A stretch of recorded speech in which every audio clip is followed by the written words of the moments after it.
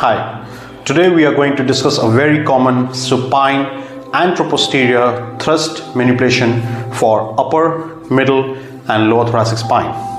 For the upper thoracic spine, the patient can be in a position where they hug themselves. I'm going to use an open grip where the spinous process can be around my metacarpophalangeal joint line in a cup collapsible fist. All right, the patient turns toward me.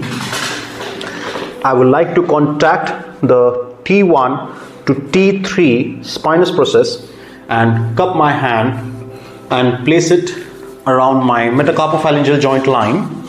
The patient turns onto his back. The hand placement of the patient's elbow and the arms are straight perpendicular down. I would request the patient to lift the bottoms up. Lift the bottoms up like in a bridging. This places the pressure on the upper thoracic spine. I ask my patient to please take a deep breath in. When he breathes out, I perform a upper thoracic anteroposterior thrust manipulation. If you wish, you can use a towel or a pillow against the chest and the patient's elbow, especially for females, and you can perform the same technique. In order to perform the mid-thoracic manipulation, the hand placement remains the same, so please turn towards me. I contact the patient's spinous process around my metacarpophalangeal joint, now around the mid-thoracic level, which is around T4 to T7. I contact my hand, the patient turns onto his back, and this time the patient is not going to perform a bridge. I'm going to place the patient's elbow in the hands a little bit lower to bring it around the mid-thoracic level. The patient takes a deep breath in, breathe out, and the moment patient takes a breath out, I perform that thrust manipulation for T3 to T7 anteroposteriorly.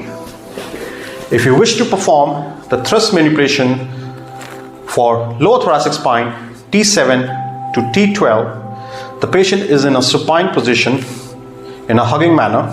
The patient turns toward me. My hand placement remains the same, but this time it is around T6 or below. I contact the patient's spinous process. The patient turns out to his back. I can request the patient to lift the head up like so to give me a little bit more leverage around the lower thoracic spine. The patient holds on to the neck. I bring the patient's elbow down.